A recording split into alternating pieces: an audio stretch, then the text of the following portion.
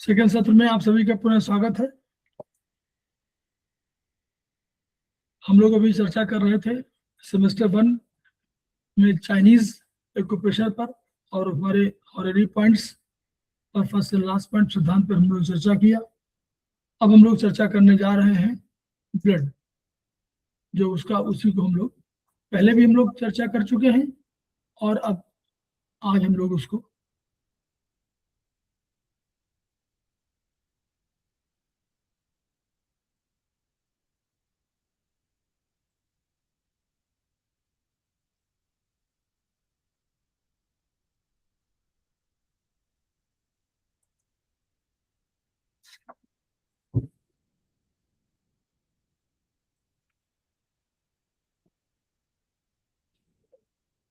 तो हम लोग बात कर रहे थे, कल हम लोगों ने चर्चा किया था मोनोसाइट। यहाँ पर हम लोग रुक गए थे। तो हम लोगों ने देखा था कि जब WBC, जिसको हम लोग ल्यूकोसाइट बोलते हैं, ल्यूको माने व्हाइट, साइट माने सेल, तो ल्यूकोसाइट को हम लोग WBC कहते हैं, व्हाइट ब्लड कॉर्पसेल्स। तो उसके 5 ग्रुप हैं। तो 3 ग्रुपों में हम लोग बोलते हैं ग्रेनुलोसाइट, यानी ग्रेन्यूल्स हैं, और उनके नाम है फिल्स से, न्यूट्रोफिल, बेसोफिल, स्नोफिल। तो ये जो फिल के नाम पर हैं वो हमारे कहलाते हैं ग्रेनुलोसाइट, यानी ग्रेन्यूल्स होते हैं उसमें। लेकिन अब जो बचे 2 ग्रुप, वो मोनोसाइट और लिम्फोसाइट है। यहाँ साइट शब्द का इस्तेमाल हुआ है। यहाँ हम लोग समझना चाहिए एग्रेनुलोसाइट बोलते हैं, इसमें ग्रेनुल्स नहीं होते, दोनों में ग्रेनुल्स नहीं होते। मोनोसाइट थोड़ा सा बड़े होते हैं और इनका आकार गोलाकार है, लेकिन 14 से 20 माइक्रोन साइज है, यानी बड़े हैं। लेकिन साइटोप्लाज्म में क्या होता है, जैसे हम लोगों ने देखा था बेसोफिल में, कि एक किडनी आकार का एक न्यूक्लियस होता है। पहले न्यूक्लियस अधिक थे, न्यूक्लियस कम होते चले गए। वो आपने शुरू में देखा न्यूट्रोफिल में 3 थे, 3 से 5 थे, फिर 2 हुए, फिर 1 हो गया। और वही एक मोनोसाइट में भी एक न्यूक्लियस होगा, लेकिन साइटोप्लाज्म बिल्कुल साफ होगा, कोई ग्रेन्यूल्स नहीं। इनकी भूमिका बहुत महत्वपूर्ण मानी जाती है। ये सेना के जमादार है। जमादार माने दोनों काम करते हैं, सफाई का काम भी करते हैं और दुश्मनों को भी मारते हैं। मोनोसाइट की जहां जहां और सेलों में आप देखेंगे तो मोनोसाइट बहुत बड़े ऑर्गेनाइजेशन के, मतलब डिफेंस ऑर्गेनाइजेशन के बड़े सेल्स के रूप में माने जाते हैं। और ये हर जगह, चाहे आप लीवर वगैरह देखें, यही मोनोसाइट है, अलग अलग नामों से वहां पर मौजूद कफा सेल्स जिनको बोलते हैं, ये सब मोनोसाइट के रूप है। तो ये मोनोसाइट्स हैं। ये लड़ाई के दौरान मरे हुए जो है ऊतक हैं, जो मरे हैं, उनका सफाई करते हैं और दुश्मनों को भी मारते हैं। दोनों काम करते हैं, क्योंकि ये साइट के रूप में है इनका काम, और WBC के पार्ट है। इनका काम तो मारना है ही, क्योंकि डिफेंस के लिए है, तो डिफेंस का काम तो एक मारना है ही है। लेकिन इनके साथ साथ वो जमादार हैं जो सड़े ऊतकों का सफाई करते हैं। यानी इनकी संख्या, जब भी बीमारी खत्म होगी तो इनकी संख्या आपको, अगर टेस्ट कोई कराएंगे तो इनकी संख्या तब भी प्रेजेंट हो सकती है। क्यों? क्योंकि ये सफाया कर रहे हैं, सड़े ऊतकों का सफाया कर रहे हैं, तो 2-3 दिन इनकी बाद में, लड़ाई के बाद भी इनकी आवश्यकता रहती है। ल्यूकोसाइट संख्या में इनकी सहभागिता बहुत कम है, 2 से 8% के बीच में, और सामान्य जीवन काल इनका 10 से 20 दिन का, बहुत अधिक नहीं है, लेकिन 10 से 20 दिन है। Now come to lymphocyte. सबसे इंपॉर्टेंट जो WBC में सबसे इंपॉर्टेंट जो माना जाता है, गश्ती दल की बैकबोन। बैकबोन को हम लोग समझ सकते हैं कि बैकबोन का मतलब होता है कि हमारे शरीर की अगर रीढ़ की हड्डी ना हो तो हम लोग क्या कर पाएंगे। तो वही कंसेप्ट है कि रीढ़ की हड्डी है, तो गश्ती दल की बैकबोन सबसे इंपॉर्टेंट है। अब हम लोग नॉर्मली मानते हैं कि WBC काम क्यों नहीं की है, कि मारना ना। अब देखिए यहाँ पर लिम्फोसाइट की सबसे बड़ी भूमिका क्या है, लड़ते सैनिकों को ताकतवर भोजन की आपूर्ति करना। जो लड़ रहा है उसको खाना भी तो चाहिए, अगर भोजन नहीं बढ़िया मिलेगा तो कैसे लड़ पाएगा। तो पहली आवश्यकता तो लड़ते सैनिकों को, जो हम लोग सामान्य देखते हैं कि लड़ते सैनिकों को बढ़िया से खाना चाहिए, तो वो जो है ताकतवर भोजन को आपूर्ति करना पहला काम, फर्स्ट एंड फॉरमोस्ट। सेकंड काम क्या है, दुश्मनों का भेद लेना है। क्या भेद लेना है? बाहर से जो आ रहा है वो एंटीजन है, फॉरेन बैक्टीरिया है, कोई आपका प्रोटोजोआ है, कोई आपका वायरस है, ये सब वो दुश्मन आए तो दुश्मन के खिलाफ हमारे, आगे हम लोग पढ़ेंगे उसको इम्यूनोलॉजिकल एक्टिविटी में, एंटीबॉडीज यानी एंटीजन के अगेंस्ट में एंटीबॉडीज बनाना हमारा काम है। तो क्या हम देखते हैं कि बाहर से कोई आया दुश्मन, उसके हाथ में क्या है, मशीन गन है, तो हमको मशीन गन के अगेंस्ट में कोई चीज बनानी होगी ना, अदरवाइज हम मर जाएंगे। तो जानी जो भी उसके पास कोई भी अस्त्र शस्त्र आया होगा एंटीजन के पास, उससे बड़ी हमको चीज बनानी है, तभी हम जीत पाएंगे। तो ये शुरू प्रारंभ की दशा में सकल ल्यूकोसाइट संख्या में इनका 20 से 40%, याद रखिए वहां पर 50 से 70% था, यहाँ 20 से 40% है, यानी 90% में लिम्फोसाइट और न्यूट्रोफिल शामिल है। 90% में लिम्फोसाइट होंगे और या न्यूट्रोफिल होंगे, शेष उनकी संख्या अधिक होगी, 50 से 70%, इनकी 20 से 40%। शेष 10% में हमारे सब तीनों आ जाएंगे, चारों आ जाएंगे, मोनोसाइट भी आ जाएंगे, उसमें बेसोफिल आ जाएंगे, उसी में बेसोफिल और इस्नोफिल, सब तीनों जो है 10% की कैटेगरी में आते हैं, और 90% कैटेगरी में लिम्फोसाइट एंड न्यूट्रोफिल आते हैं। न्यूट्रोफिल तुरंत एक्टिव होते हैं, पैदल गश्त वाले हैं, तो पहले सबसे अधिक संख्या होगी। लिम्फोसाइट थोड़ा सा गोला बारूद वाले हैं, इनको अधिक तैयार होने में समय लगेगा। इनका उत्पादन केवल देख लीजिए यहीं पर लिखा हो, इनका उत्पादन विशेषकर लिम्फेटिक ऊतकों में ही होता है। ये पहली कंडीशन, प्री कंडीशन। लिम्फेटिक ऊतक जो है वहां पर इनका प्रोडक्शन मेनली वही होता है, बोन मैरो में। तो नॉर्मली बोन मैरो से बनते हैं, लेकिन अल्टीमेटली लिम्फोसाइट एंटीबॉडीज वगैरह जो बनाते हैं वो इनका लड़ाई वाले में लिम्फोसाइट बनते हैं। कहां पर? लिम्फेटिक ऊतक में, वही रहते भी है। इनके साइटोप्लाज्म में गोल न्यूक्लियस है और साइटोप्लाज्म बहुत कम, और हम लोग पहले तो कह चुके हैं कि ग्रेन्युल्स होते ही नहीं है। इनकी संख्या मम्स, ट्यूबरकुलोसिस और पर्ट्यूसिस में सामान्य से अधिक हो जाती है। वहां हम लोगों ने पढ़ा था कि माल न्यूट्रिशन में, स्टार्वेशन में एंटीबायोटिक सल्फा दवाओं के उपयोग से किसकी, न्यूट्रोफिल की संख्या बढ़ जाती है, तो इनकी कम हो जाएगी। दोनों 90% है, उसकी बढ़ेगी तो घटेगी, उसकी बढ़ेगी 90% रहना है, तो अगर उसकी बढ़ेगी 70-80% हो जाएगी तो 10% हो जाएगी। तो माल न्यूट्रिशन, स्टार्वेशन जो शुरुआती दौर है और कम खतरनाक है, वहां पर उनकी संख्या बढ़ेगी, वो वही मार देंगे पैदल सेना वाले, वहां चिंता नहीं है। लेकिन यदि इससे अधिक कोई बीमारी आ गई, मम्स, हम लोग कहते नहीं टीका हम लोग लगाते हैं, वो पर्टूसिस वाला, ट्यूबरकुलोसिस और पर्टूसिस और मम्स का टीका लगा जाता है।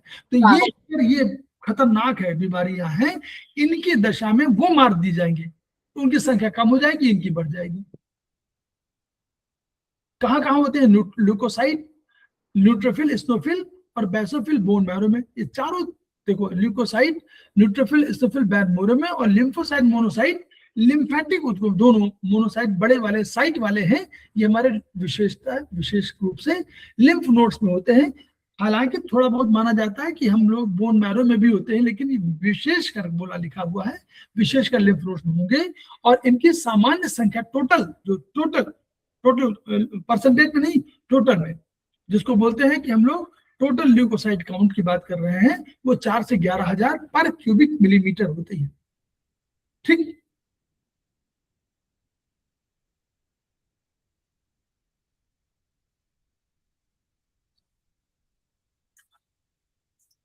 डिफरेंशियल की जब बात करते हैं हम लोग, डिफरेंशियल की बात करते हैं, तो डिफरेंशियल में हम लोगों ने देखा है कि डिफरेंशियल में ये परसेंटेज आता है, न्यूट्रोफिल 50 से 70, इस्नोफिल 203, बेसोफिल हमारे 510, ये ठीक है। तो ये हमारा डिफरेंशियल है। डिफरेंशियल माने परसेंटेज वाइज, लिम्फोसाइट 20 से 40, मोनोसाइट 2 से 8। तो अगर टोटल ल्यूकोसाइट काउंट में 10% से अधिक बढ़ोतरी होगी तो इसको हमको हमेशा साइटोसिस के रूप में जानिए। साइटोसिस, सिस मत कहिए, साइटोसिस पूरा शब्द पढ़िएगा। साइटोसिस कहलाती है 10% इंक्रीज होना, और 10% कम होगा तो पीनिया। जब भी कभी कम होगी तो पीनिया, और जब भी बढ़ेगी तो साइटोसिस। ठीक है, ये ध्यान रखिएगा। पीनिया माने कम और साइटोसिस माने अधिक। ये ल्यूकेमिया, एक बीमारी आ जाती है ल्यूकेमिया।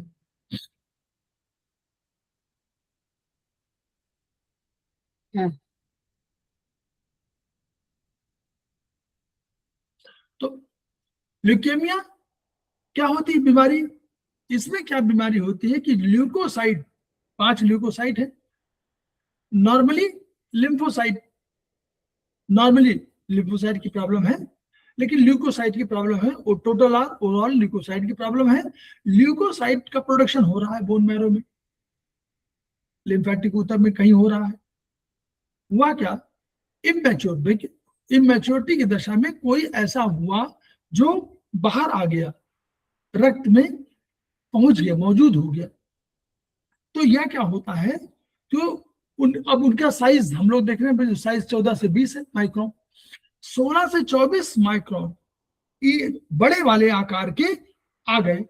ये अभी परिपक्व नहीं है।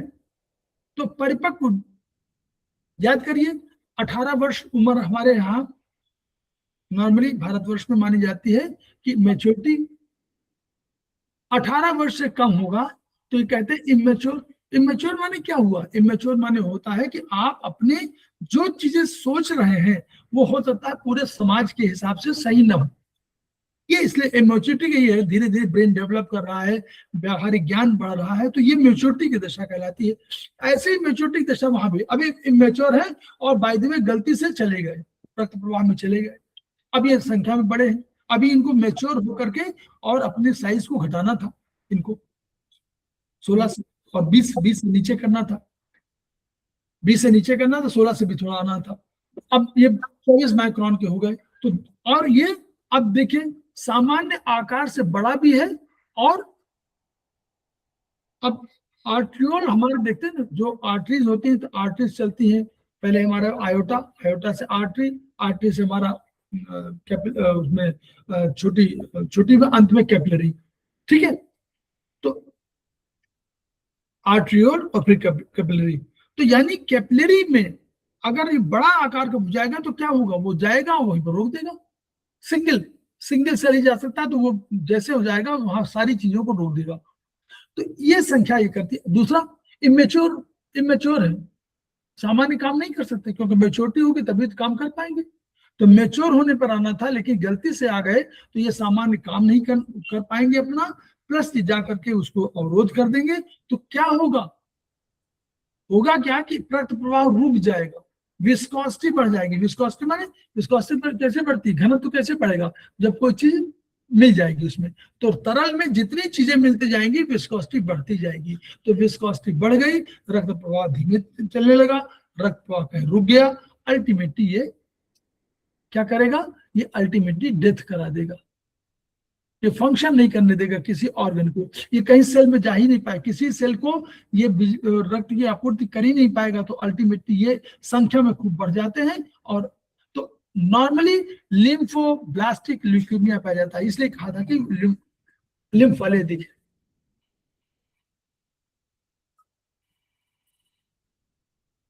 हेलो, हाँ हाँ हाँ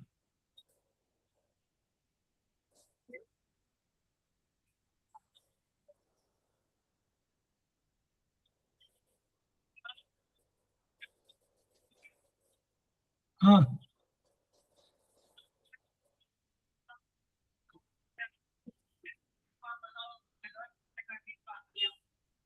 हाँ हाँ, बात करो तो बता दो, ठीक है।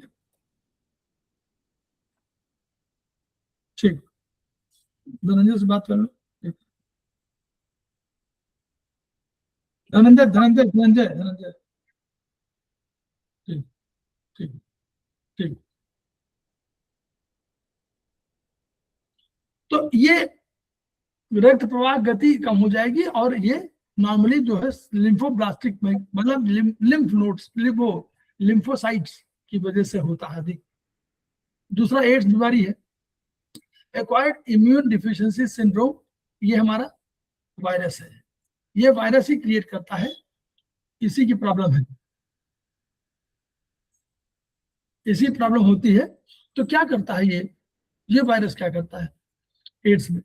तो ये virus human immune deficiency virus, HIV जिसको बोलते हैं, ये है। तो ये वायरस क्या करता है हमारे, अभी आगे पढ़ेंगे उसमें लिम्फोसाइट पढ़ेंगे हम लोग, तो लिम्फोसाइट के आगे एंटीबॉडीज बनाने की प्रॉब्लम। तो वहां पर क्या होता है, 4 प्रकार के लिम्फोसाइट होते हैं, टी लिम्फोसाइट, टी बी 2 तो लिखा हुआ है, इसके अलावा भी और होते हैं, ठीक। तो 4 प्रकार के लिम्फोसाइट होते हैं, उसमें सबके अलग अलग काम डिफाइंड है।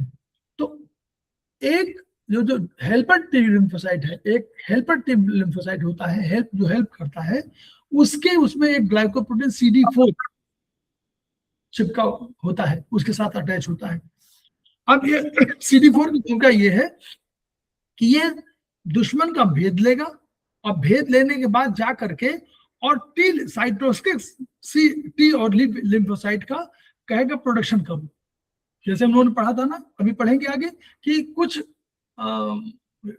हार्मोन होते हैं जो कहते हैं कि आप ये काम करो, TSH, थोरेसिक, वो हम TSH बोलते हैं ना, थायराइड स्टिमुलेटिंग हार्मोन। तो वो हार्मोन क्या करता है कि वो थायराइड को फंक्शन करने के लिए कहता है भाई काम करो।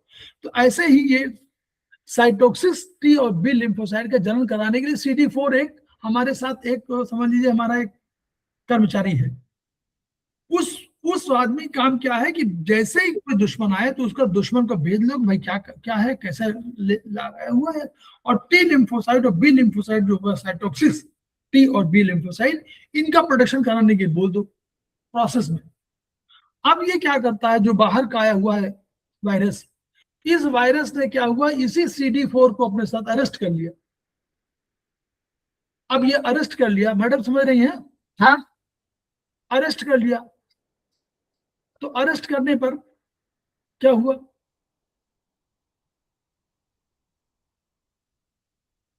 जयश्री मैडम भी है क्या? जयश्री गई? जी सर। हाँ, तो जयश्री मैडम आप भी जान लो, ये बढ़िया पॉइंट है। तो ये क्या करता है कि CD4 को बांध लिया, अरेस्ट कर लिया। अब अरेस्ट कर लिया किसने, HIV ने। अब ये CD4 जो हमारा कर्मचारी था, ये उनकी गिरफ्त में है। वो बेचारा लाया था यही पता करने के लिए कि ये इनके पास कौन से आयुध हैं, कौन से बदमाशी कौन करेंगे, क्या करेंगे, गोला चलाएंगे कि सीधे सीधे कहीं आपदा करेंगे, जो भी मालूम था। अब ये बताने वाला था जाकर के टी लिम्फोसाइट और बी लिम्फोसाइट को, साइटोक्सिस टी और बी लिम्फोसाइट को, कि आप ये काम करिए ताकि लड़े। वो इनको इसने वायरस में बांध लिया, अब बेचारा जा ही नहीं पा रहा है। तो उधर वो लोग तो आश्वस्त है कि कोई प्रॉब्लम नहीं है, इधर दुश्मन हमारा जो है उसने हमारे आदमी को गिरफ्तार कर रखा हुआ है, और वो जो चाहे उसको मनमानी कर रहा है। तो हमारे उस दुश्मन के खिलाफ कोई भी एंटीबॉडीज बनी नहीं पा रही है। अब नहीं बन पा रही तो इसका फर्क क्या पड़ेगा, देखिए, जैसे ही हमारा एंटीबॉडी नहीं बन पा रही है, तो इस वायरस की वजह से नहीं मरेंगे। पहले सुन लीजिए, HIV वायरस से नहीं मरते लोग। HIV वायरस ने क्या किया, हमारे CD4 को बांध लिया है। अब हमारा कोई लिम्फोसाइट नहीं बन पा रहा, यानी हमारे एंटीबॉडी बनने की कगार पे ही नहीं है। अब अगर कोई भी जुकाम हो गया, छोटा सा कोई वायरस आ गया, जुकाम हो गया, इससे हमारे पास कोई भी हथियार है ही नहीं। क्यों? हमारा जो बेचारा CD4 था वो तो बंद, अरेस्ट है। तो अब रोगी कोई भी संक्रमण छोटा मोटा भी होगा उससे भी नहीं लड़ पाएगा, और हमेशा बीमार रहेगा और जल्दी मर जाएगा। क्लियर? यस। HIV से नहीं कोई मरता, HIV ने तो CD4 को बांध लिया। छोटा जो दूसरा जो संक्रमण है उससे मर जाएगा। ठीक, क्लियर? यस। थ्रोम्बोसाइट,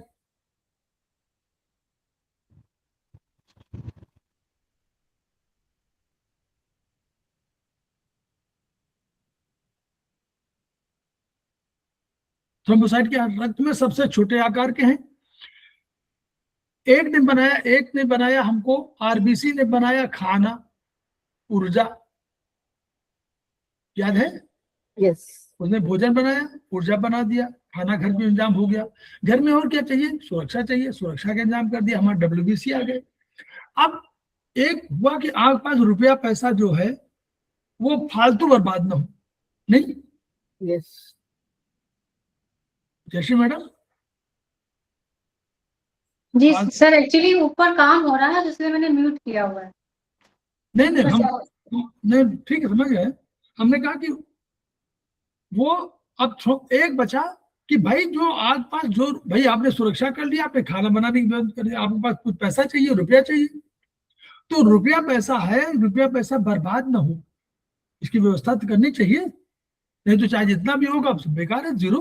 अगर 2 करोड़ है, 2 करोड़ चला गया बाहर तो 2 करोड़ जीरो हो गया। अगर 2 लाख भी है और उसमें से कोई नहीं जा रहा है बाहर तो 2 लाख हमारे पास है। अगर 2 करोड़ है उसमें से 2 करोड़ पूरे पूरे चले गए तो जीरो। तो कौन अच्छा है, 2 लाख वाला कि 2 करोड़ वाला? 2 लाख वाला अच्छा, क्योंकि उसके पास 2 लाख है। यही काम करता है थ्रोम्बोसाइट, घर को घर बनाता है। घर में जो चीजें हैं, कोई घर का कोई सदस्य शराब पी रहा है, बर्तन ने बेच डाले, घर के सामान ने बेच डाले, गहने गुड़िया ने बेच डाले, ये सब तो है ना कंसेप्ट। तो ये थ्रोम्बोसाइट करता क्या है? 2 काम करता है। एक तो ये भी डिफेंस का काम ये भी करता है, डब्ल्यूबीसी का मेंबर नहीं है, लेकिन डिफेंस का काम ये भी करता है। छोटा जितना भी छोटा आकार का है, लेकिन जितनी अपनी लड़ाई कर सकता है वो लड़ता है, नंबर 1। नंबर 2 काम करता है, आपका रक्त क्या है? रक्त आपका ऐसी चीज है जो रुपया पैसे से बड़ा है, वही आपको सुरक्षा दे रहा है, उसी की वजह से आप चल नहीं पा रहे हो। रक्त खत्म, जीवन समाप्त। तो रक्त हमारा रुपया पैसा है, रक्त को बहने से बेचारा रोकने वाले थ्रोम्बोसाइट। इनका जन्म कहां से होगा? सब वही बोन मैरो से इनका भी होगा। इनके साइटोप्लाज्म में क्या थ्रोम्बोप्लास्टिन वगैरह होती है, जिनके और एंजाइम होते हैं, तो ये क्या करते हैं, ये उनकी वजह से थ्रोम्बोसिस मतलब आपको थक्का बना देते हैं। छोटा, सबसे छोटा है तो छोटा बच्चे का एक स्वभाव समझिएगा। छोटा बच्चा मार्केट में जाता है तो आप अगर उसको हाथ उंगली नहीं पकड़े हैं तो क्या करेगा? वो वहां पर किसी दुकान में खिलौने बिक रहे हैं वहां खड़ा हो जाएगा, किसी मिठाई बिक रही है तो वहां खड़ा हो जाएगा। तो ये छोटा जरूर है, लेकिन इसका काम है, पहले तो ये ल्यूकोसाइट की तरह काम करता है कि भाई लड़ाई झगड़ा चाहे हो, फैगोसाइटोसिस से भी करता है, ठीक। दूसरा काम करता है कि अगर कोई चीज, कोई हमारी जो एपिथेलियम माने जो कवरिंग है, तो ब्लड की जो कवरिंग कोई होगा, वहां कोई फुट गया, कट गया, तो रक्त बहने ना पाए, तो ये क्या करता है, ये पैबंद लगा देगा, रफू कर देगा। तो रफू करने कैसे करेंगे? पहला तो काम ये करता है कि छोटे छोटे हैं तो चिपकने वाले स्वभाव है, तो क्या करते हैं, चिपक जाते हैं। 4 5 7 बच्चे जैसे याद देखिए ना, छोटे बच्चे हों, खेल खेल में एक दूसरे पर पड़ते हैं और अंत में पूरा मालूम हुआ 10 लोग बच्चे गिरे हुए एक एक दूसरे के ऊपर। तो वैसे ही काम ये भी करते हैं, चिपक जाते हैं और दूसरे से करके अंत में उस जगह को ढक देते हैं, जहां पर छेद हुआ है उस जगह उसको ढक देते हैं। तो रफूगिरी हो गई इससे।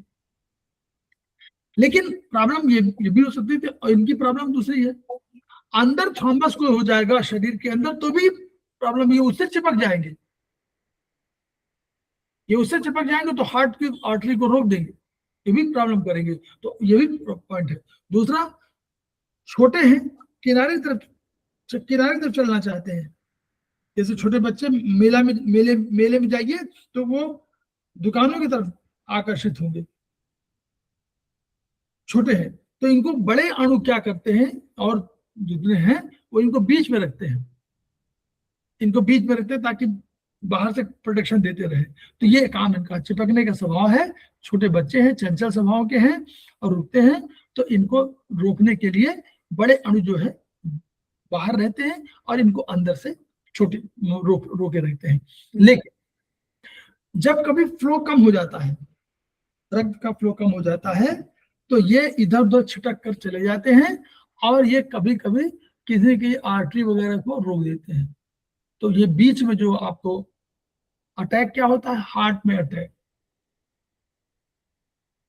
आपको कोई सप्लाई नहीं मिल पा रही, अटैक हो गया, तो कभी कभी ये आर्टरीज वगैरह को बंद कर देते हैं, बंद हो जाते हैं उसकी वजह से, इनकी वजह से उसमें घुस गए, अपना बंद कर दिए। तो इसलिए इन्हें बीच में रखने का जो स्वभाव है बड़े वालों का, ये उसको नाकाम कर देते हो, तो उसमें कभी कभी हार्ट अटैक वगैरह की घटनाएं होती इन्हीं की वजह से। लेकिन मेन इनका काम है रफूगिरी। कैसे हमको हेमोस्टेसिस होती है, हमारा रक्त कैसे रुकता है, उसका तरीका है। जब जैसे ही कोई रक्तवाहिनी कटी, रक्तवाहिनी माने ब्लड वेसल्स, जैसे कटी, तो उसी के द्वारा शरीर हमारे पास पहले से तैयार रहता है कि कोई ये घटना होगी तो हम इसको ठीक करेंगे, ठीक करने की कोशिश करेंगे। कैसे करेंगे? नंबर वन क्या होगा, वैसोस्पैज्म। ये नेचर है, ये रक्तवाहिनी का नेचर है।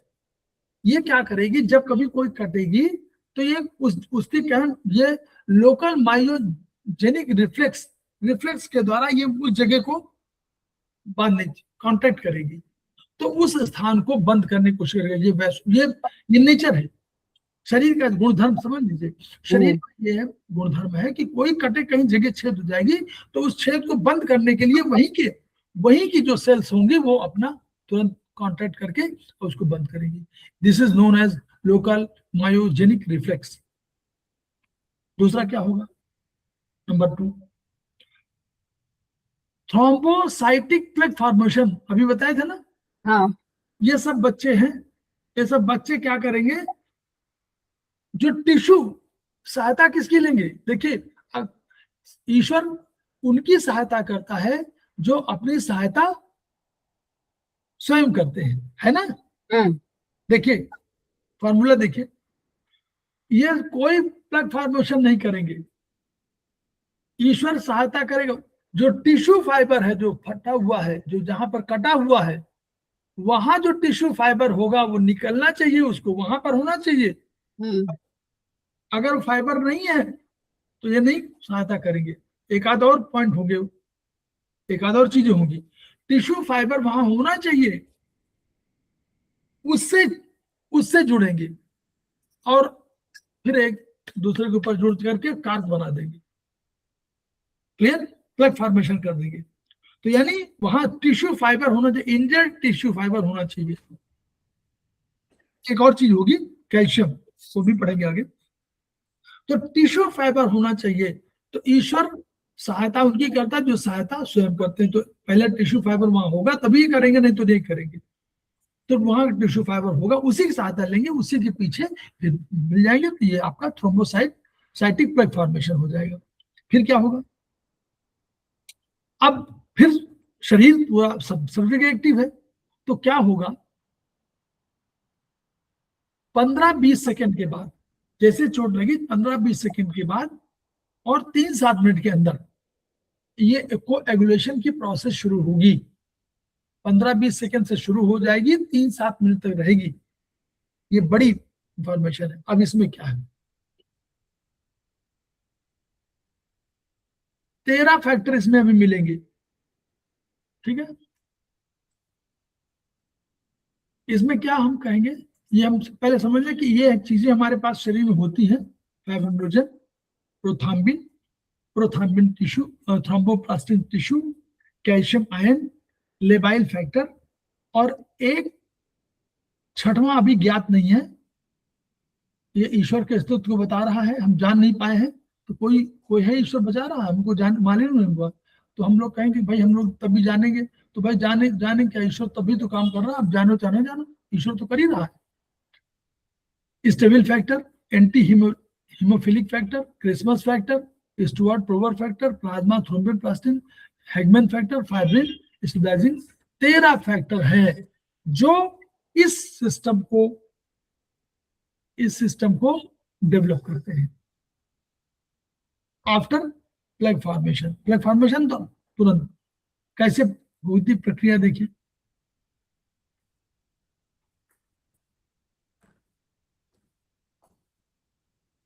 क्या करता है, पहले तो चाहिए क्या वहां पर, कैल्शियम फैक्टर। देखिए इंजर्ड टिश्यू चाहिए, राइट में देखिए इंजर्ड टिश्यू चाहिए, कैल्शियम फैक्टर चाहिए, ठीक है, फैक्टर चाहिए, फैक्टर 5 चाहिए सब, और थ्रोम्बोसाइट से 10%।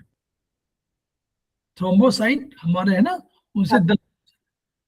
तो ये दोनों ये मिलकर इंजर्ड टिश्यू, हमने कहा था ना इंजर्ड टिश्यू थ्रोम्बोसाइट है, ये हमारे सिर्फ सेल, और कैल्शियम फैक्टर, फैक्टर 10, ये सब चाहिए, तब ये मिलकर के दोनों थ्रोम्बोप्लास्टिन बनाएंगे, उसको एक्टिवेट करेंगे जो अगर होगी, फिर प्रोथ्रोम्बिन बनेगा, फिर थ्रोम्बिन बनेगा, फिर थ्रोम्बिन से फिर ये फाइब्रिनोजन बनेगा, फाइब्रिनोजन से फाइब्रिन बनेगा। प्रोसेस ये है, वहां से इंजर्ड टिश्यू, कैल्शियम और थ्रोम्बोसाइट ये चाहिए, इसके बाद और फैक्टर 5 चाहिए, फिर उससे थ्रोम्बोप्लास्टिन बनेगा, थ्रोम्बोप्लास्टिन से प्रोथ्रोम्बिन बनेगा, प्रोथ्रोम्बिन से थ्रोम्बिन बनेगा, थ्रोम्बिन से फाइब्रिनोजन बनेगा, और फाइब्रिनोजन से फाइब्रिन बनेगा, यही क्लॉट बना देगा फाइब्रिन। क्लियर? क्लियर। आगे चले। हाँ जी। उपर्युक्त समस्त फैक्टर रक्त में सदा उपलब्ध रहते हैं, निष्क्रिय अवस्था में है। सक्रिय क्या होंगे, थ्रोम्बोसाइट। सक्रिय कब होंगे, थ्रोम्बोसाइट की वजह से। वो सब कब सक्रिय होंगे, जब कटे फिटे टिश्यू के फाइबर से सक्रिय होंगे। मतलब कटे फिटे टिश्यू चाहिए नंबर 1, उसके फाइबर चाहिए, उससे थ्रोम्बोसाइट एक्टिवेट होंगे, थ्रोम्बोसाइट एक्टिवेट होंगे तो ये सब सारे फैक्टर जो है एक्टिवेट हो जाएंगे। तो ये जो है ये प्रक्रिया होगी, और ये क्या करेंगे, रोक देंगे, फाइब्रिन बना देंगे, क्लॉट बना देंगे, ब्लड रुक जाएगा 3-7 मिनट के अंदर।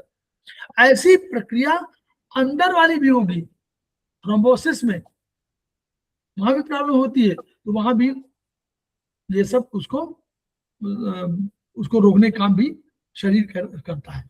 फिर अब रिपेयर प्रोसेस शुरू हुई, ये खत्म हो गया। अब क्लॉट फॉर्मेशन बनने के 1 से 3 घंटे में फिर रिपेयर प्रोसेस, फाइब्रोब्लास्ट सेल होंगे और संख्या बढ़ा देंगे, और फिर वहां पर रफू कर देंगे। तो ये 7-8 दिन में हो जाएगा, फिर आपकी स्किन थोड़ा ठीक दिखने लगता है कि कोई यहाँ पर कटा नहीं था। क्लियर?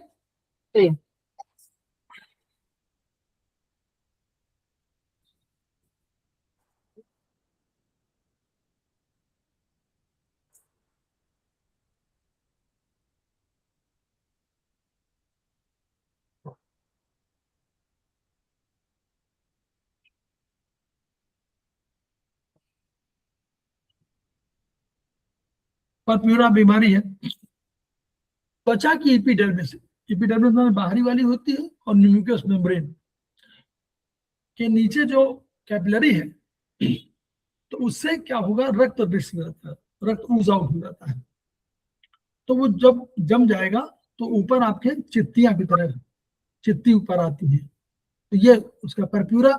अब चाइनीज में हम लोग परप्यूरा का अगर ट्रीटमेंट करेंगे तो हम लोग स्प्लीन डिफिशियंसी भी करेंगे। स्प्लीन डिफिशियंसी का स्प्लीन नॉट कंट्रोलिंग ब्लड, उस पर कर देंगे। स्प्लीन नॉट कंट्रोलिंग ब्लड, मतलब कंट्रोल ब्लड को नहीं कर पा रही, तो बाहर आ रहा है ना, और ये उसको बिल्कुल सिंकिंग, स्प्लीन सिंकिंग, वहां भी सिंकिंग है तभी तो रुका हुआ है, नहीं कर पा रहा है, तो बाहर निकल गया। तो रक्त कारण क्या होगा कि रक्त वाहिनी की दीवार में, जो हमारी दीवार क्या है, कैपिलरी का बाहर दीवार एपिथेलियम, वहां पर किसी तत्व की कमी से उसके दीवार के सेल रास्ता दे दे, कोई भाई निकल जाओ। दूसरा, थ्रोम्बोसाइट की संख्या कम हो जाए, 1 लाख पर क्यूबिक मिलीमीटर से घट जाएगी, तो वो सब जगह नहीं पहुंच पाएंगे, तो वो थ्रोम्बो जो आप रोकते हैं प्लेग फॉर्मेशन करते हैं, वो नहीं कर पाएंगे। तो ये अधिकतर aplastic anaemia, leukaemia, bone marrow पर रेडिएशन से उत्पन्न होने के कारण होती है। ये 2 कारण है। क्लियर? यस।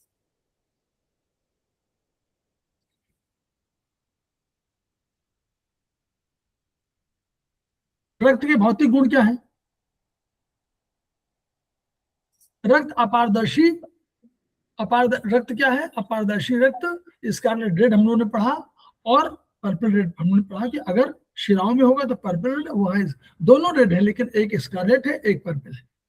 मात्रा क्या होगी? 7.7% आपके भार का 1/13 भाग, और लगभग 5 लीटर, लगभग 5 लीटर इसकी होती है।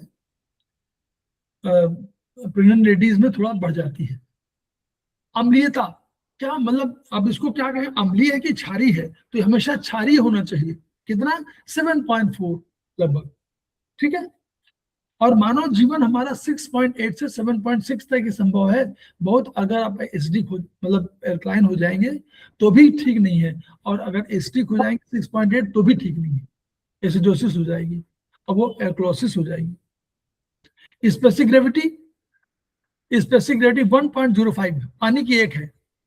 4 डिग्री सेंटीग्रेड में पानी की 1 मानी जाती है, तो इसका अगर इसकी ले तो 1.057 होगी।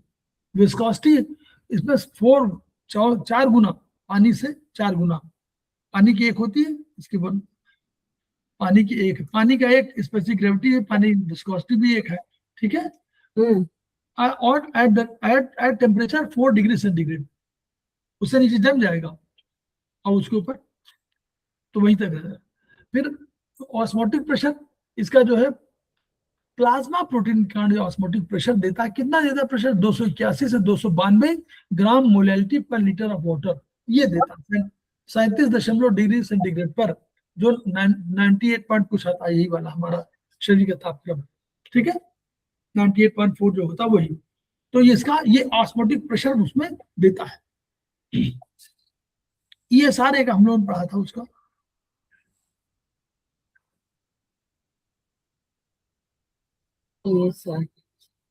ये साथ ये प्रोग्नोसिस टेस्ट है, यानी कोई कंफर्मेटरी नहीं, थ्योरी बताता है कि हमको इन्फेक्शन हुआ है। रक्त में जो हमारे तैरते रहते हैं ना, हमारे आरबीसी सब डब्ल्यूबीसी तैरते रहते हैं, तो ये तैरने का रेट देखा जाता है कि भाई कितनी बार ये गिर जाते हैं, तो वही उसी को रेट देखते हैं। एक वेस्टर्न ग्रेन ट्यूब होती है, वेस्टर्न ग्रेन ट्यूब होती है, तो इसमें क्या करते हैं, अपना भर दिया, एंटीकोगुलेंट भर दिया, और उसके वहां पर छोड़ दिया। 1 घंटे बाद रक्त कोशिकाएं नीचे आ जाएंगी, ठीक है, और ऊपर प्लाज्मा आ जाएगा। तो वही रीडिंग ऊपर से 0 से 20 mm इन फर्स्ट आवर होती है, यही नॉर्मल मानी जाती है। इससे अधिक होने पर हम लोग मानते हैं कि जो है रक्त कोशिकाएं जो है मर रही हैं, तो उसका इलाज हम लोग करते हैं। तो ये नॉर्मली बढ़ जाता है, लेडीज में बढ़ जाता है, और कोई बीमारी हो तो बढ़ जाता है। इसी बीमारी का हम लोग आयुर्वेद में भी हम लोग इसको लेते हैं, हम लोग 5-6 LHM में देते हैं। फिंगर नंबर 3, फिंगर नंबर 3, हाँ यस, लेफ्ट इंडेक्स फिंगर, और 5 LHM, 5-6 LHM, 5-6 LHM, 2-4 tone, 2-4 tone, 3-6 सिलेट, 2-4 टोन, या फिंगर नंबर नहीं, फिंगर नंबर 5 में शायद देते होंगे, फिंगर नंबर 6 में, लेकिन फिंगर नंबर 6 में तुम्हारा वो आएगा bone marrow, bone marrow. Finger number 5 अभी मैं आज बता दूंगा, ग्रुप में डाल दूंगा। फिंगर नंबर मुझे तो 5 में होता है, फिंगर नंबर 5 बोन मैरो का ट्रीटमेंट है, 5-6 LHM और 2-4 2-4 टोन के लेफ्ट इंडेक्स फिंगर, शायद लेफ्ट इंडेक्स फिंगर है, फिंगर नंबर 3 होगा। अभी आज बता दूंगा, थोड़ा सा कहीं एक वो रह गया, बोन मैरो में ट्रीटमेंट दे रहे हैं या हम लोग दे रहे हैं इसमें, है तो बोन मैरो 5-6 बोन मैरो का है पीछे, लेकिन दे रहे हैं फिंगर नंबर 3 में दे रहे हैं, फिंगर नंबर 5 में दे रहे हैं। लेफ्ट आर एफ होगा, इसमें होगा, फिंगर नंबर 5 में होगा, वो 6 left R F 5-6 election 2-4 tone 3-6 day, ठीक है। और 0 टोन 9 आप कर सकते हैं हमेशा, ये उसका ट्रीटमेंट है, मतलब आयुर्वेद में। रक्त के कार्य क्या क्या है देखिए, जल्दी से देख लेंगे। अभी तो समय है हम लोग पास, बढ़िया है, हाँ है। ठीक, वेरी गुड। अभी हम लोग आज उसको पूरा कर लें तो अच्छा है। रक्त के समस्त कार्य उसके कॉन्स्टिट्यूएंट्स की वजह से संभव है। कैसे? जो उसमें चीजें शामिल हैं उनकी वजह से है। तो क्या करता है, रेस्पिरेटरी गैसेस O2 और CO2 का संवहन करता है। भाई नेचुरली यही तो कह रहा था कि हम ट्रांसपोर्टर था, तो कह रहा था कि हम ऑक्सीजन ले जाएंगे और आपका जो वेस्ट प्रोडक्ट होगा उसको ले आएंगे, तो यही तो कर रहा था, यही तो है रक्त। कार्डियोवास्कुलर जब बताया था ना, कार्डियोवास्कुलर सिस्टम है वो है कि भैया हम जाएंगे और आपका वहां से वेस्टेज ले आएंगे और आपको सप्लाई कर देंगे। तो O2 CO2 का संवहन करेगा।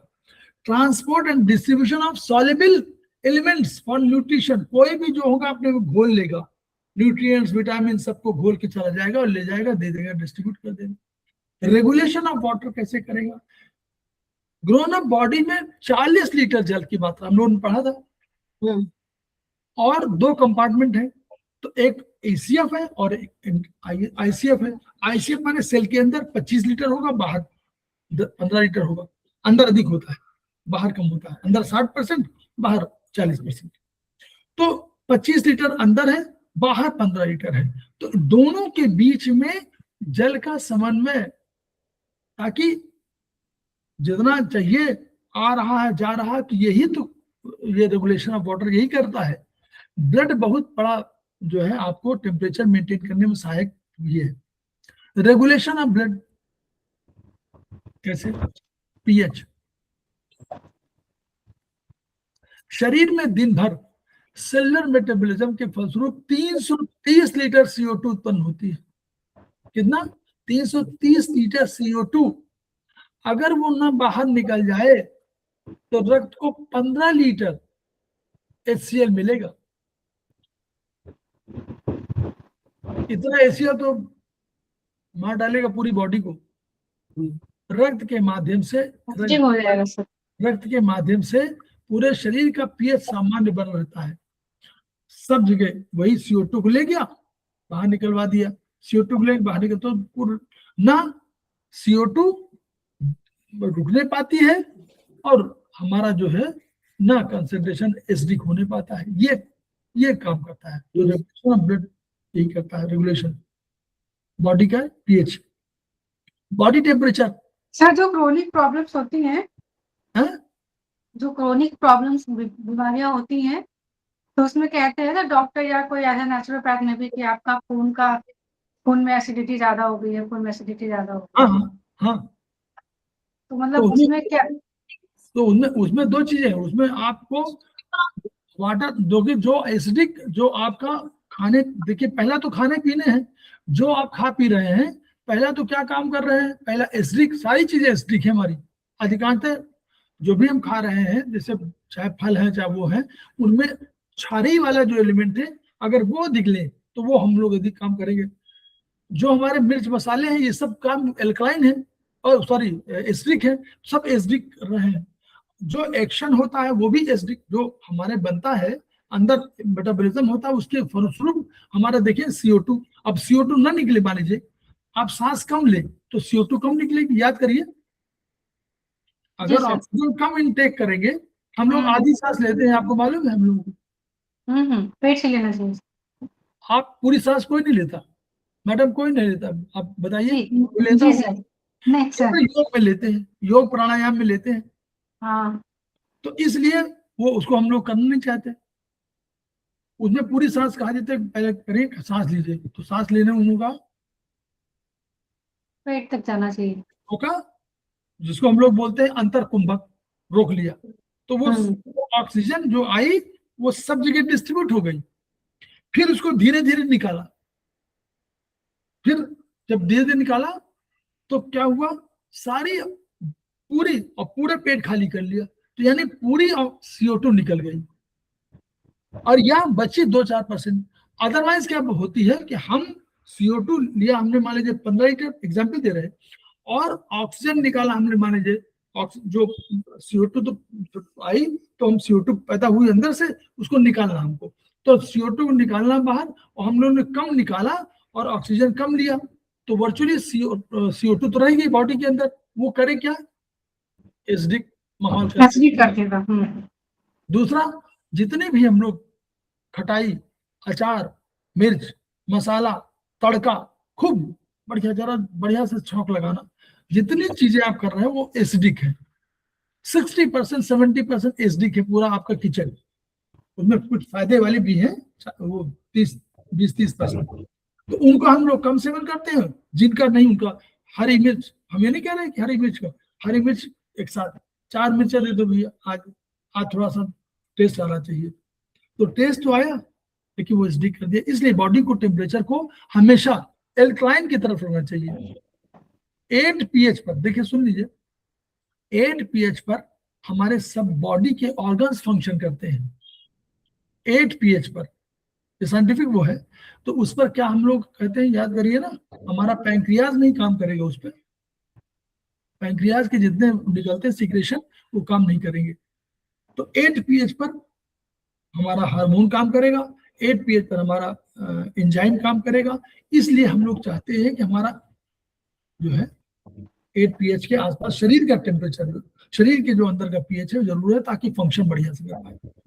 ठीक है, तो यही कारण होता है। तो उसको कोशिश करिए, पानी वानी खूब पीते रहिए, और वो चीजें, फल खाइए जिसमें क्षारी अधिक हो, अम्ली कम हो।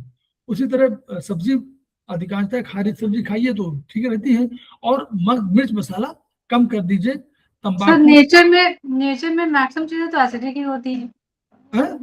नेचर में मैक्सिमम चीजें तो एसिडिक ही रहती है। नहीं, ऐसा नहीं है, दोनों है। हम लोग उसको नहीं, हमने कहा मिर्च मसाला के अलावा भी तो और हरी सब्जियां हैं। आप देखिए मिर्च मसाला अधिक क्यों यूज करते हैं, अब देखिए ना कितना तेल खूब, या जो नॉनवेज है वो तेल, इतना तेल, नॉनवेज के ऊपर इतना तेल, मतलब 2 सेंटीमीटर तेल होना चाहिए, ये कंसेप्ट है लोगों का। तो क्या करिएगा, तंबाकू, आपने पान मसाला खाया, पान मसाला है? नहीं सर, मैं वो कह रही थी, जैसे जैसे मान लीजिए हम कोई भी टमाटर लिया, उसमें भी एसिड रहता है, पालक लिया। नहीं, तो सबकी उपयोगिता है ना। देखिए ऐसा मत सोचिए कि सारे खाने के मना नहीं कर रहे हैं, कोई सबको बैलेंस के रूप में मना कर रहे हैं। उस टमाटर मटर सब में कुछ दूसरे भी है, एंटीऑक्सीडेंट भी है, कुछ और उसमें एक और है, उसमें कोई और भी गुण। तो बॉडी तो अपने आप एडजस्ट करती है, प्रोवाइडेड कि पानी सब लोग कम पीते हैं, अधिकांशतः पानी पीना याद ही नहीं रहता है, चाय पीना याद रहता है। सर जबरदस्ती पानी पीना चाहिए कि नहीं पीना चाहिए? अगर प्यास ना लगे लेकिन फिर भी कहते हैं कि 2 से 3 लीटर पानी पीना चाहिए, तो जबरदस्ती प्यास ना लगना मतलब क्या, बॉडी को आवश्यकता है, आपको लगे या ना लगे। जब जैसे मुझे प्यास नहीं लगती है तो जबरदस्ती आपको प्यास लगती, पानी पीजिए, पानी पीना धर्म है। क्योंकि अरे पानी आवश्यक है, आपकी खुद ही पड़ रहा है। हाँ वो तो है। सब वही पूछने की, अगर प्यास ना लगे तो भी जबरदस्ती पीना चाहिए। हाइपोथैलेमस ठीक करिए ना, प्यास क्यों ना लगेगी। PW20 सही, कान के ऊपर होता है। ठीक है सर, आइए, यहाँ पर भी हम आयुर्वेदिक मीठों पर रखे हुए हैं, सब करिए, तो क्यों नहीं लगेगी प्यास। वो प्यास का नियंत्रक वही है। तो anyway, by virtue of water's high specific heat, latent heat and high conduction capacity, both temperature is easily regulated। ये उसका कंसेप्ट है फिजिक्स का। फिजिक्स के कंसेप्ट में जैसे क्या है, वाटर की लेटेंट हीट बहुत होती है, 685 या 585 कितनी होती है, या 700 कुछ, तो वो उसकी वजह से वो उतनी, अगर आपको बाहर निकल गया तो उतना सूखने के लिए उतनी हीट कम कर देगा बॉडी से। अगर गर्म हो गया तो पसीना निकल गया तो पसीना क्या करेगा, पसीना को सोखने के लिए जो चाहिए ना उसको, उस टेम्परेचर की वजह से वो आपके अंदर से हीट ले लेता है, तो इसलिए बॉडी को कूल कर देता है। तो ये उसकी वजह, ये उसको अलग से बताया, लेकिन बताया कि virtue of waters high specific heat, latent heat and high conduction capacity. हम लोग पढ़ते थे कि 100 डिग्री टेम्परेचर जल में अगर कोई झुलस गया हो और भाप से झुलसा हो 100 डिग्री के भाप से, तो भाप से जलना खतरनाक है और जल से जलना उतना खतरनाक नहीं है, क्योंकि वो लेटेंट हीट शामिल है उसमें, वो उतनी हीट और आपको टच करेगी, इसलिए वो 785 ऐसे कुछ है। ठीक है, तो ये अधिक ऊष्मा समाहित करने की क्षमता होती है, तो वेपर करती जैसे तो निकाल लेती शरीर से, इसलिए वो ल्यूकोसाइड की मदद से डिफेंस काम करता है, कोएगुलेशन प्लाज्मा फाइब्रिनोजन करता है और थ्रोम्बोसाइट से करता है। अब आपको किस्सा सुनाने की है। अब किस्से में केवल कहानी बात चलेगी, ठीक है मैडम, तैयार हो जाइए किस्सा सुनने के लिए। चलेंगे क्या मैडम? जी सर।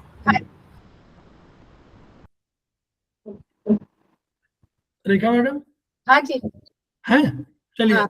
अब किस्सा सुनिए। जैसे ही भ्रूणावस्था हुई, तो भ्रूणावस्था मतलब यानी एम्ब्रियोनिक स्टेज में जैसे ही हुआ, तो हमारे WBC RBC जब बनना शुरू हो गए, उसी समय हमारे यही जो आप अभी पढ़ रहे थे हम लोग, बैकबोन, ये हमारे लिम्फोसाइट है, इनकी ट्रेनिंग शुरू हो जाती है। शरीर जानता है कि आगे चल के बड़ा संकट आने वाला है, जब संसार में आएंगे तो संसार में दुख बहुत है, बड़े कठिनाई है, तो पहले से ट्रेनिंग शुरू हो गई। उसने कहा भैया आपकी ट्रेनिंग शुरू हो गई। अब बेचारे जन्म लिए हैं, अब तुरंत ट्रेनिंग शुरू हो गई। अब देखिए कैसे ट्रेनिंग शुरू हुई, मतलब देखिए ना, जो हम लोग कहते हैं कि अरे हम लोग बड़ा कष्ट है, कहाँ कष्ट है, पढ़िएगा, वो भी तो जीवित प्राणी है लिम्फोसाइट, उनकी ट्रेनिंग, अभी बच्चे हैं तुरंत और ट्रेनिंग शुरू हो गई, रिगरस ट्रेनिंग। देखिए अभी पढ़िएगा, समझ लीजिए, इसको जीवन से सबक लीजिए। लिम्फोसाइट की ट्रेनिंग शुरू हो गई, इनको भेज दिया गया, एक को भेज दिया थाइमस में कि वहां ट्रेनिंग होगी। जैसे बच्चे नहीं होते थे पहले पढ़ाई के लिए भेज दिए जाते थे, बच्चे हुए, मुंडन कराया और तुरंत भेज दिया जाओ गुरुकुल में चले जाओ। गुरुकुल से बेचारे जब 25 वर्ष के होते तब लौटते थे, यानी 20 वर्ष जो है गुरुकुल में रहते थे। और गुरु माता और गुरु पत्नी, जो गुरु की पत्नी थी वो माता के रूप में और वो पिता के रूप में, वही अभिभावक हैं, वही रहते थे, जाते थे, कभी वो गठरी बना के ला रहे हैं, क्या कहते लकड़ी, और कभी बिन रहे हैं, सब खाना बना रहे हैं, कभी भीख मांग रहे, ये सब करते थे, याद करिए, भिक्षा मांगते थे और तब अध्ययन करते जीवन का। इनको क्या हो गया, लिम्फोसाइट को ट्रेनिंग शुरू हो गई, गए इनको और कहा कि आप जाइए, एक को कह दिया गया कि लीवर में चले जाइए, कुछ चले गए लीवर में और कुछ चले गए थाइमस में। यहाँ पर ट्रेनिंग शुरू हो गई। ट्रेनिंग क्या शुरू होगी, कोई बाहरी जीवाणु आए, कोई बाहरी दुश्मन आए तो हमको कैसे लड़ना है। गोला बारूद की ट्रेनिंग हुई, सबकी ट्रेनिंग हुई, कहीं कोई किसी को आर्टिलरी हो रहा है, सारी ट्रेनिंग शुरू हो गई वहां पर कि कैसे कैसे आपको लड़ना है। जब ट्रेंड हो गए तो इनको जहां से, अगर किसी ने थाइमस से ट्रेनिंग लिया था तो उसको टी लिम्फोसाइट कह दिया गया, एक ने लीवर से लिया था तो उनको बी लिम्फोसाइट कह दिया गया। बी लिम्फोसाइट इसलिए कहा गया कि लीवर की, जब लीवर को जो स्टडी है हमारी ब्रॉडर स्टडी, उसमें बर्ड्स की जो वर्षा थी वहां पर उससे कंपैरिजन किया गया था, लीवर उसी तरह फंक्शन कर रहा है, तो वर्षा इन बर्ड से बी नाम दिया गया, तो बी लिम्फोसाइट, लीवर को माना गया उसे वर्षा की तरह, तो वर्षा बी लिम्फोसाइट कर दिया गया। बाद में लोगों ने समझा कि नहीं भाई, तो बाद में लीवर जब खोज लिया गया तो लीवर को वैज्ञानिकों ने उसको बी लिम्फोसाइट, जिसने वैज्ञानिक ने पहले नाम दिया था बी लिम्फोसाइट, उस बी लिम्फोसाइट रहने दिया गया उसके सम्मान में, नहीं तो एल लिम्फोसाइट कह सकते थे, उसको कहा गया बी लिम्फोसाइट। तो 2 लिम्फोसाइट हो गए, बेचारे ट्रेन होके आए, और आज जैसे ट्रेनिंग हो गया, कहा गया कि भाई ट्रेन हो गए, बोले हाँ, तो उनको कहा गया कि भाई जो भी आपके आसपास है, जहाँ जो भी लिम्फ नोड आपके पास पूरे शरीर फैले हुए, लिम्फ नोड माने होते हैं हमारे शरीर, हमारे उसमें चौकियां, पुलिस चौकियां, इन चौकियों में वो विराजमान हो गए। कुछ बोन मैरो में चले गए, कुछ इन चौकियों में आके रख गए, और इन्होंने अपने अपने वहां रहने लगे कि जब कभी संकट आएगा तो हमारी जरूरत पड़ेगी।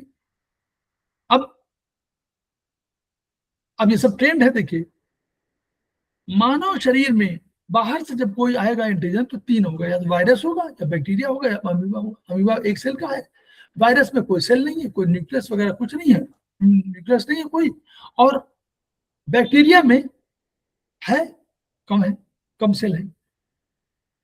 अब जैसे ये अटैक करते हैं हमारे यहाँ, तो ये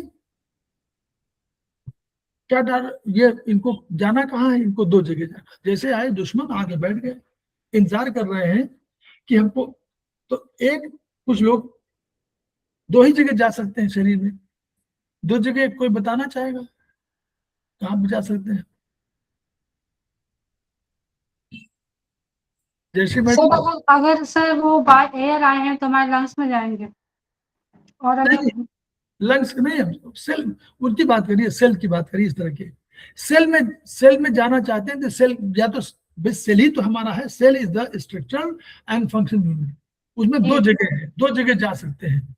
कहाँ जाएंगे? पहले सेल के अंदर जाना है उनको, और कहाँ जाएगा भाई? कोई भी सेल ही तो जाएगा, सेल की बात करिए, लंग्स में नहीं।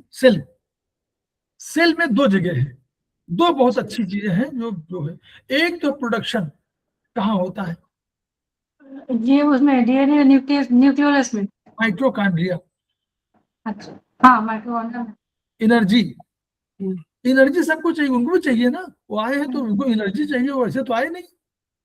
हम लोगों ने तो बुलाए नहीं उनको कि भाई आपको दावत देनी है, ये वो एनर्जी चाहिए, तो एनर्जी के लिए माइटोकॉन्ड्रिया एक। दूसरा, उनके पास एक न्यूक्लियस है, मालिक प्राणी, ब्रेन, सबका रक्षक। अगर इसको कब्जे में, जो पहले चोरी डकैती होती थी, ऐसे करते थे वो लोग, मालिक को कब्जा कर लेते थे, अब घर खुलवा लेते थे, वो घर से चोरी डकैती डालते थे। मालिक कहीं बीच पकड़ लिया कि भाई तुम चलो, तुमने मचोली, मालिक उनके कंट्रोल में है, तो उसको कहा घर खुलवाओ, तो घर खुलवाया, अंदर है। या तिजोरी, पता 2 ही है ना, या तो तिजोरी सीधे काट ले, तो तिजोरी हमारी है माइटोकॉन्ड्रिया, और मालिक हमारा कौन है? न्यूक्लियस। तो 2 जगहों पर, सब लोग समझ रहे हैं ना मैडम? तो 2 जगहों पर उनका निशाना है। अब उस निशाने के ताक में बैठे हुए हैं, तो अब सेल में तो कोई एक मेम्ब्रेन है, यूं सेल में मेम्ब्रेन है बाहर, तो या तो यहां पर जो बाहर जल है, बाहर तो लिक्विड है, तरल है कोई, जी sir, intercellular space, extracellular fluid बाहर है, तो यहाँ पर वेट कर रहे हैं कि अंदर जब कभी कोई जाएगा तो हम भी चले जाएंगे। यही तो कर रहे हैं। हाँ, कोई चोरी करके चले जाएंगे तो कोई वेट करेंगे कि दरवाजा कब खुले, हम भी। हाँ, पैसिव तो ये सारे वायरस 2 जगह जा रहे हैं, और ये कोशिश करेंगे कि सेल के अंदर घुस जाए, माइटोकॉन्ड्रिया में चले जाए, सेल में चले जाए, न्यूक्लियस को कंट्रोल कर ले, या बाहर बैठे हुए हैं कि वेट कर रहे हैं कि जब जैसे ही अंदर जाएंगे। हमारे पास 2 लिम्फोसाइट है, एक है टी लिम्फोसाइट और एक है बी लिम्फोसाइट। जैसे ही बाहर, अब ये ट्रेन किए हुए हैं इन्होंने, जैसे जो आएंगे ये लोग बाहर वाले, तो ये अपने एंटीजन निकालेंगे। एंटीजन माने कोई प्रोटीन निकालेंगे, प्रोटीन से निर्मित सभी है, तो ये प्रोटीन को निकालेंगे, ताकि इस प्रोटीन के आधार पर उनकी पहचान होगी कि इनका प्रोटीन कौन सा है, ये कौन सा जीव है। अब ये प्रोटीन जो निकाला इन्होंने, तो हमारे कौन बैठे हुए हैं? सिपाही रक्त में घूम रहे हैं। याद करिए, रक्त तरल सब में घूम रहा है ना, याद, रक्त से तरल, तरल से यही तो होता रहता है भाई, कैपिलरी है ना, मूवमेंट वो है, सेल के अंदर बाहर जाने का रास्ता है ना, तो ये सब घूम रहे हैं वहां पर। तो इन्होंने देखा वहां भी ये फैगोसाइट्स कहलाते हैं, फैगोसाइटोसिस बोलते हैं। तो वो फैगोसाइट्स उन्होंने देखा और देखा कि ये तो कोई नया आदमी मिला जो हमारा आदमी नहीं है। हमारे हमारे आदमी को तो इस तरह का शेप है, ये साइज है, ये हमारा कोई दुश्मन लग रहा है। तो इन्होंने उसको शुरू में 2 4 5 रहे होंगे, तुमको पकड़ लिया, खा गए। पकड़ने के बाद उसका सब जो कच्चा चिट्ठा कि ये किस तरह का है कहाँ नोट कर लिया है। आपको अपनी भाषा में कह रहे हैं, वो ऐसा मत समझिए कि लिखने लगने को, आपको कोई लिखने को नहीं, मतलब उसको उसकी जानकारी कर लिया।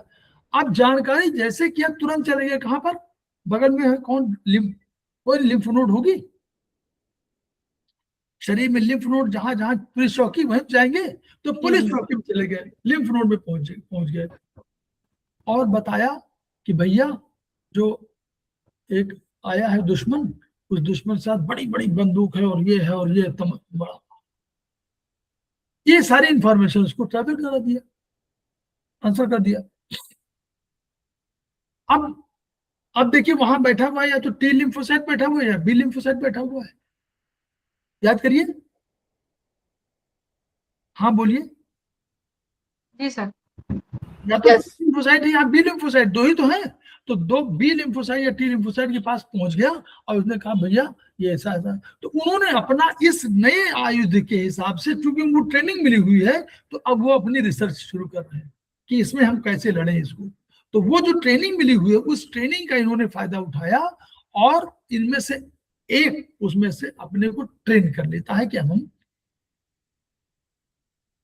तो इनको ट्रेनिंग वहां पर फिर दी गई नए अपने हिसाब से, भाई नया जो आया है ये दुश्मन कैसा है, उसकी ट्रेनिंग मिल गई। और इस ट्रेनिंग मिलने के बाद ये लोग चले गए, कहाँ चले गए, अब ये इनको कहा गया कि अब जब जाइए, आप इसको, इस आदमी को ट्रेनिंग करके भेजा गया कि अब आप जाइए एंटीबॉडीज बनाइए with the help of plasma, plasma cell. Plasma cell पढ़ा ना, सेल में क्या है, प्लाज्मा, अरे रक्त में प्लाज्मा है ना। तो प्लाज्मा सेल और एक और चीज वहां पर है, एक हम पढ़ा था गामा, गामा प्रोटीन, ग्लोबुलिन। हाँ ग्लोबुलिन। हमने पढ़ा था ना कि वो एंटी गामा ग्लोबुलिन, इनकी सहायता से जाकर के आप जाइए और अपने पूरे सेना तैयार कर लीजिए। तो ये लोग बाहर आए और आने के बाद रक्त में आए, प्लाज्मा से बात किया, प्लाज्मा प्रोटीन से, और गामा ग्लोबुलिन से बात किया, और इन लोगों ने अपना बनाया अब जो बनाए वो एंटीबॉडीज कहलाई। तो वो एंटीबॉडीज बन गई। तो इसलिए एंटीबॉडीज के बनने में लगभग 14 दिन लगे, इस प्रोसेस में इनको 14 दिन लगे। क्लियर? आगे बताएं, थोड़ा सा रह गया। अब अगर इन एंटीबॉडीज का जन्म टी लिम्फोसाइट ट्रेंड वाले से हुआ है, अगर टी लिम्फोसाइट वाले ने ट्रेन किया हुआ है उनको, उनसे बना है ये, टी लिम्फोसाइट ट्रेन होके आया और उसने बनाया एंटीबॉडीज, उसने बनाया सारी चीजें, तो ये लोग अंदर में सेल के अंदर जो जीवाणु घुसे होंगे उनको मारेंगे, चाहे वो माइटोकॉन्ड्रिया की तरफ हो और चाहे वो न्यूक्लियस की तरफ हो, उनको मारेंगे टी लिम्फोसाइट वाले। अगर बी लिम्फोसाइट ट्रेन होके आया और उसने ये बनाया, तो ये लोग सेल में जो बाहर, जो सेल के बाहर जो तरल पदार्थ है, तरल है, वहां जो वेट कर रहे हैं अंदर घुसने का, उनको मारेंगे। इसको ह्यूमरल इम्यूनिटी बोलते हैं। ह्यूमरल में ह्यूमर है ना, ह्यूमरल इम्यूनिटी बोलते हैं, और उसको सेलुलर इम्यूनिटी बोलते हैं। तो टी लिम्फोसाइट हमेशा सेल के अंदर जीवाणुओं को नष्ट करते हैं, और जो बाहर वाले जो बी लिम्फोसाइट है उनसे जो एंटीबॉडीज बनी है, वो एंटीबॉडीज आपको ह्यूमरल को नष्ट करेंगे। This is immunological activity. समझ में आया? जी सर। ये बहुत बड़ा चैप्टर है और इसलिए इसको बिल्कुल याद रखिए। ये बहुत बढ़िया वो है, ये कंसेप्ट है। इसीलिए 14 दिन बाद हम लोग बोलते हैं 14 दिन बाद इनकी संख्या बढ़ती है, उसके पहले नहीं बढ़ती। अगर कोई गंभीर बीमारी है तो पहले तो बढ़ेंगे नहीं, तो बेचारे तब तक ट्रेनिंग ले रहे होंगे।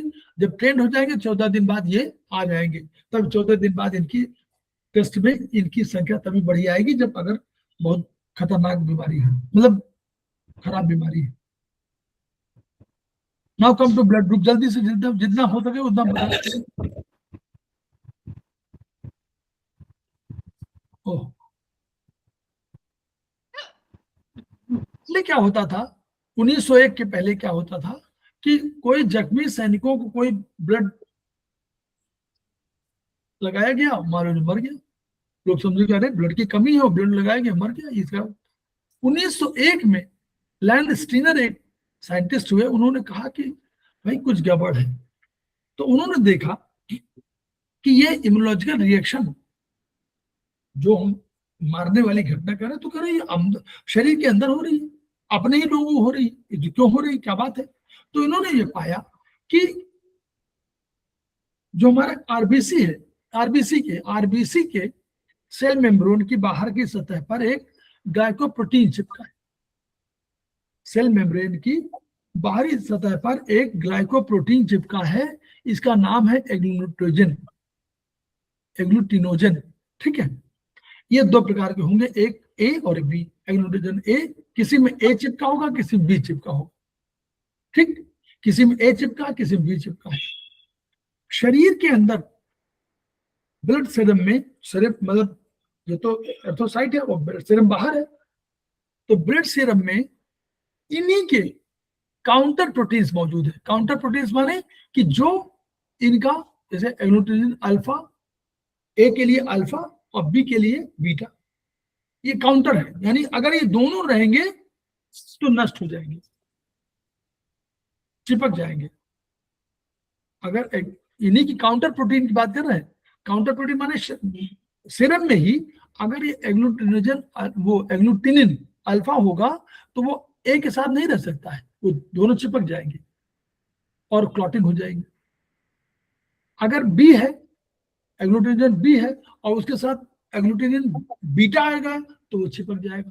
तो यानी इसका मतलब कि सर्वाइवल कैसे है कि अगर ए के साथ बीटा हो और बी के साथ अल्फा होगा तो वो सही हो जाएगा। ठीक है, समझ में आ गया? ये तो बहुत सरल है, अभी तो सरल है ना भाई। ए के साथ बीटा होना चाहिए, एग्लूटिनोजन ए होगा, उसका नाम ए रख लीजिए, और वो अल्फा बीटा है, तो ए के साथ बीटा, बी के साथ अल्फा, ये रहेंगे तो कोई दिक्कत नहीं होगी। तब ये काउंटर प्रोटीन नहीं कहलाएंगे और तब ये एक साथ को एग्जिस्ट कर सकते हैं। ठीक,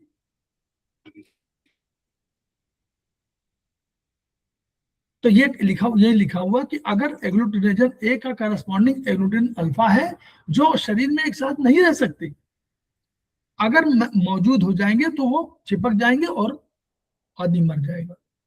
तो दोनों कैसे होने चाहिए? देखिए, अब ब्लड ग्रुप ए है तो ए के साथ कहा गया, ए कैसे बना गया कि ए, ये एबीओ ग्रुप कहलाएगा। ए बी और ए बी, ए बी और ए बी और ओ।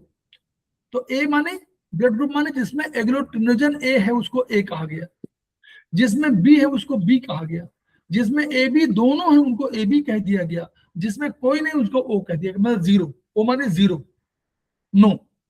ये एग्लूटिनोजन की बात कर रहे हैं, जो हमारे जिसकी बात कही जा रही थी कि ये एग्लूटिनोजन को एंटीजन भी कह सकते हैं।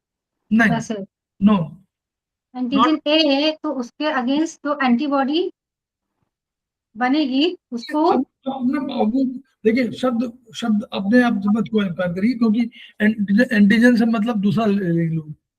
ठीक है, वो एंटीजन आप कह सकते हो, कहने के बाद दूसरी समझना आप समझ लीजिए, लेकिन दूसरे को बहुत समझ में नहीं आएगा ना, सबको समझ में नहीं आएगा। तो हम एग्लूटिनोजन है नाम रखें, क्या दिक्कत है?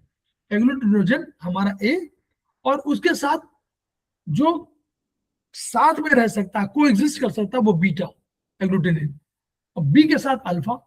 ए बी के साथ कोई नहीं रहेगा क्योंकि दोनों चिपक जाएंगे।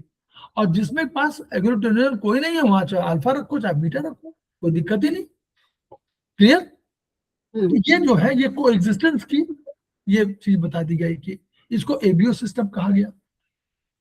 अब इसका अर्थ क्या हुआ, उन्होंने कहा कि भाई जिसमें एक ब्लड ग्रुप है उसको ए ही चढ़ाइए, यानी उसमें उसके एग्लूटिनेशन दूसरे वाले के साथ अगर कहीं अल्फा आ गया तो वो मार देगा। अगर बी चढ़ा दिया तो बी के साथ अल्फा, याद करिए बी के साथ अल्फा है, अल्फा आ जाएगा तो क्या करेगा, ए को मार देगा, दोनों चिपक जाएंगे अल्फा और ए बी के साथ कोई नहीं है तो कोई भी दे दीजिए इसको, अल्फा बीटा कोई भी दे दीजिए, कोई चिंता ही नहीं उसको, क्योंकि उसको कोई प्रॉब्लम ही नहीं आएगी। और ओ के साथ ओ को कहीं भी दे दीजिए क्योंकि उसके पास कोई एग्लूटिनेशन है ही नहीं, तो किसी को दे दीजिए, तो यूनिवर्सल डोनर ओ हो गया और यूनिवर्सल एक्सेप्टर ए बी।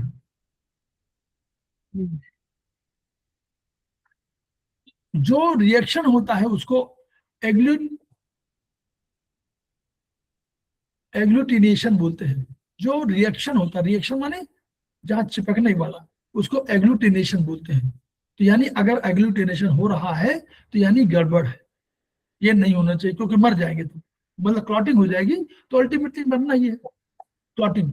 तो वही कह रहे हैं, तो जहां देखिए जो रक्तदान कर रहा है वो एग्लूटिनोजन उसके साथ ए वाला होगा, ए बी और ये 3 ग्रुप है, तो उसके साथ कौन कौन को एग्जिस्ट करेगा, बीटा, ए के साथ बीटा, बी के साथ अल्फा, ए बी के साथ कोई नहीं, और ओ के साथ अल्फा बीटा दोनों को एग्जिस्ट करेंगे। तो अब यहां दिखाया गया कि रक्त लेने वाले, तो अगर ए वाले को जो अल्फा जिसके पास है, तो अल्फा जिसके पास है एग्लूटिनिन वाला, उसके साथ बी ग्रुप होगा, तो ए जैसे ए बी आप देंगे तो क्या होगा, एग्लूटिनेशन हो जाएगा, क्योंकि उसके साथ जो अल्फा एग्लूटिनिन है उसका रक्त का ग्रुप है बी, उस तभी तो अल्फा होगा। जैसे आपने देखा तो वो बी और ए के साथ बी ए आ जाएगा, अल्फा आ जाएगा तो नष्ट कर देगा।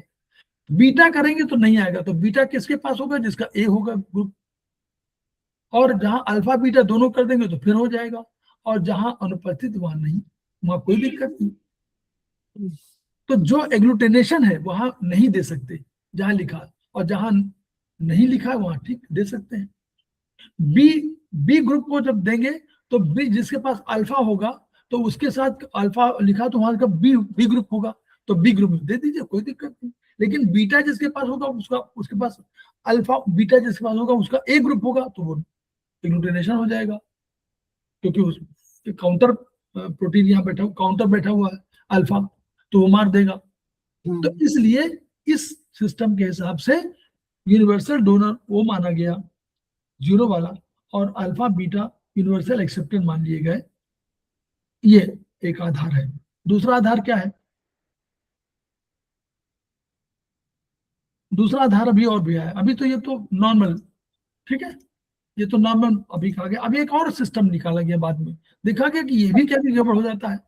तो ये कहा गया कि ये क्या, ये हिमोलिसिस हो रही है तो क्या चक्कर है, तो देखा गया कि RH एक सिस्टम है, एक RH हमारा है, वो भी क्या कहेंगे, रीजस मंकी में एक विशेष एग्लूटिनोजन पाया गया जो 15% व्यक्तियों में अनुपस्थित है, यानी 15% में नहीं है, 85 में है। तो जिसमें RH पॉजिटिव उसमें RH ये फैक्टर RH फैक्टर कहा गया, इस RH फैक्टर जिसमें पाया गया उसमें पॉजिटिव, जिसमें नहीं पाया गया वो निगेटिव। क्लियर? तो RH जहां निगेटिव है उसमें RH के पॉजिटिव को दे सकते हैं, भाई RH निगेटिव उसके पास है तो उसका RH पॉजिटिव को दे दीजिए, कोई दिक्कत नहीं, क्योंकि रिएक्शन नहीं होगा।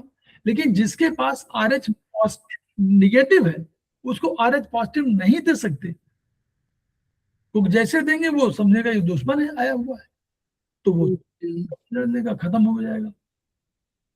उसी में ये निकला हुआ है कि जो इसी से निकला हुआ कि फादर उसमें उन्होंने ये फंडामेंटल दिया कि पिता का ब्लड ग्रुप RH फैक्टर मौजूद होता है इस गर्भस्थ में, जो एम्ब्रियोलॉजी में जो आपके फीटस है उसमें नेचुरल लॉ है कि फादर का RH फैक्टर मौजूद हो। तो अगर पिता में पॉजिटिव है और माता में RH नेगेटिव है, तो ये सर्वाइवल के चांसेस कम रहेंगे,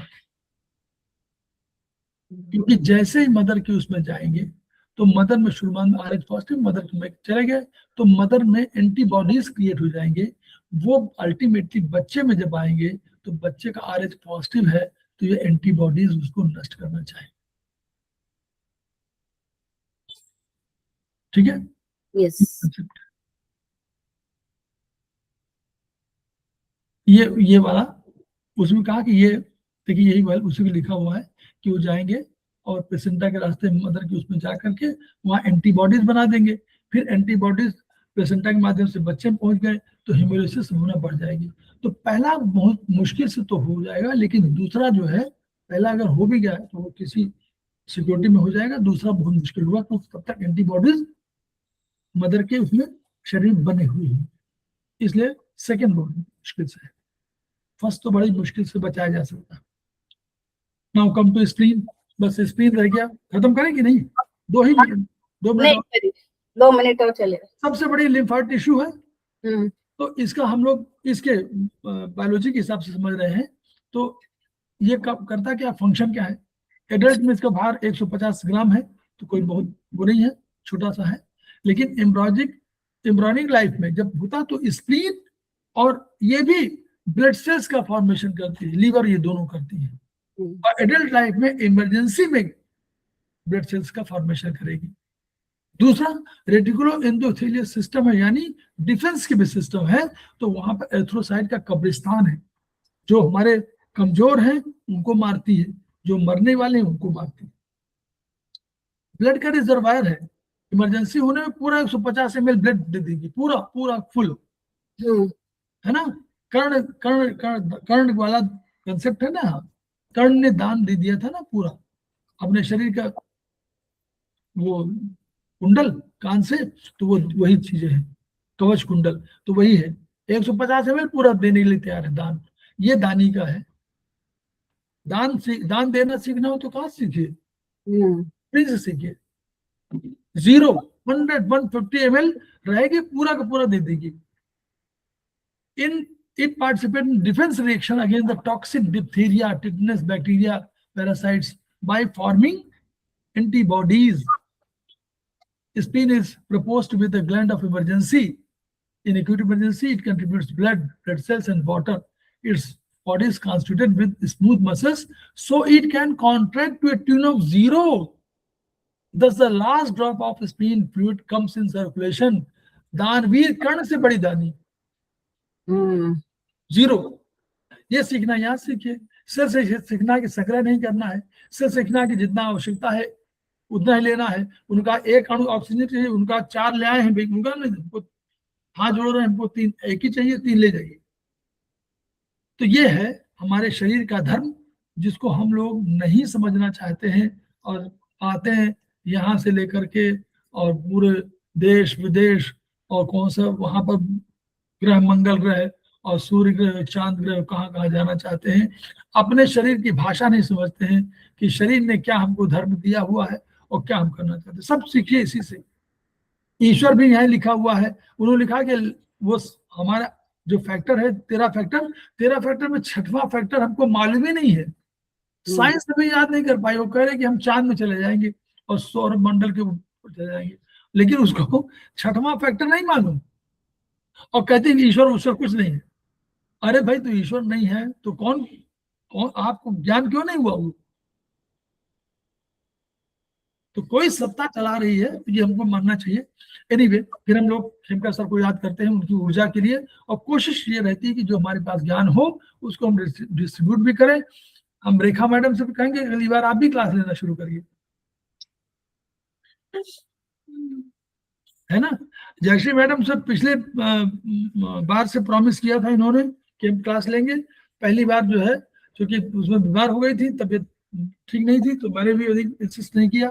इस बार मुझे लगा कि तो मैंने जो है मैं पीछे हट रहा था, उन्होंने कहा नहीं हम आगे आएंगे। तो खेमका सर की वो है, यही ऊर्जा है, और हम लोग कोशिश करेंगे कि उनके उन्हीं शब्दों को हम फैलाने की कोशिश करेंगे, मन से, वचन से, कर्म से। Each one, reach one, each one, treat one, each one, teach one. इन्हीं शब्दों के साथ हम लोग कल फिर मिलते हैं। धन्यवाद। नमस्ते सर। नमस्ते मैम। नमस्ते।